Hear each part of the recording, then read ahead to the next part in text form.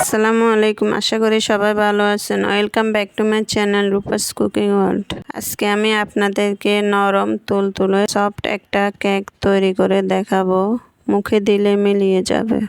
কেকটা বানানো খুবই সহজ, অনেকে কঠিন মনে করে বানাতে চান না। এখন তাহলে রেসিপিটি শুরু করা যাক। দিয়ে দিচ্ছি একটা মিক্সিং বলে 1/3 কাপ ময়দা, হাফ চা চামচ বেকিং পাউডার, দিয়ে দিচ্ছি সামান্য লবণ। এটা ভালো করে মিশিয়ে আমি চেলে নেব। চেলে নিয়ে একটা সাইডে রেখে দেব। এখন আরেকটা মিক্সিং বলে আমি 3টি ডিম ভেঙে নিচ্ছি, নিয়ে কুসুমগুলো আলাদা করে নিচ্ছি। হ্যান্ড বিটার দিয়ে আমি ডিমের সাদা অংশটা ফোম করে নিব।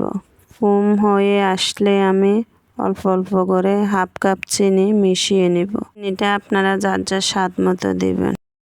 দিচ্ছি 1 টেবিল চামচ রেগুলার রান্নার তেল। তেলটা দিয়ে আবারও ভালো করে মিশিয়ে নিচ্ছি। এখন আমি ফুড কালার দিব।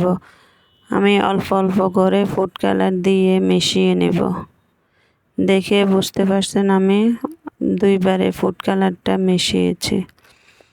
এখন হ্যান্ড বিটারটা উঠিয়ে আমি শুকনো উপকরণ ময়দাটা অল্প অল্প করে দিয়ে মিশাবো একদিক থেকে ঘুরিয়ে ঘুরিয়ে।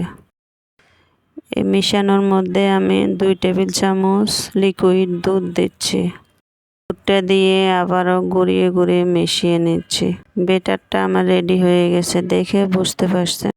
2.5 ইঞ্চি একটা কেকের মোল্ড নিয়ে আমি একটা কাগজ কেটে দিয়েছি তেল ব্রাশ করে। এখন আমি কেকের ব্যাটারটা ঢেলে দিচ্ছি। এটা দেখে বুঝতে পারছেন ব্যাটারটা কেমন ঘন হয়েছে। এখন আমি মোল্ডটা একটু ট্যাপ করে নিচ্ছি। ট্যাপ করে নিয়ে চুলায় পাতিলে 2টা কাগজ দিয়ে একটা স্ট্যান্ড বসিয়ে এখন কেকের মোল্ডটা বসিয়ে দিচ্ছি। দিয়ে একটা কাঠির সাহায্যে আমি ভিতরে বাবলগুলো নেড়ে দিচ্ছি, যেহেতু কেকের ভিতর কোনো বাবল উঠে না আসে। এখন ঢাকনা দিয়ে চুলা মিডিয়াম টু লো হিটে আমি 25 মিনিট অপেক্ষা করব। ফিরে আসলাম 25 মিনিট পর। মাশাআল্লাহ, দেখে বুঝতে পারছেন কেকটা অনেকটুকু ফুলে উঠেছে। এখন আমি একটা কাঠির সাহায্যে এটা চেক করে নিচ্ছি থেকে এটা পারফেক্ট ভাবে হয়েছে।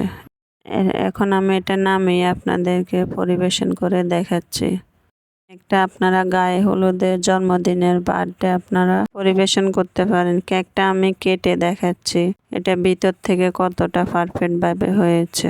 এটা আমি ডেকোরেশন করে নেব। আপনারা আপনাদের পছন্দ মতো যেভাবে পারেন কেটে খেতে পারেন। আশা করি ভিডিওটি আপনাদের ভালো লেগেছে। একটা লাইক দিয়ে চ্যানেলটি সাবস্ক্রাইব করে রাখার অনুরোধ রইল। আজকের মতো এখানে বিদায় নিচ্ছি। আল্লাহ হাফেজ।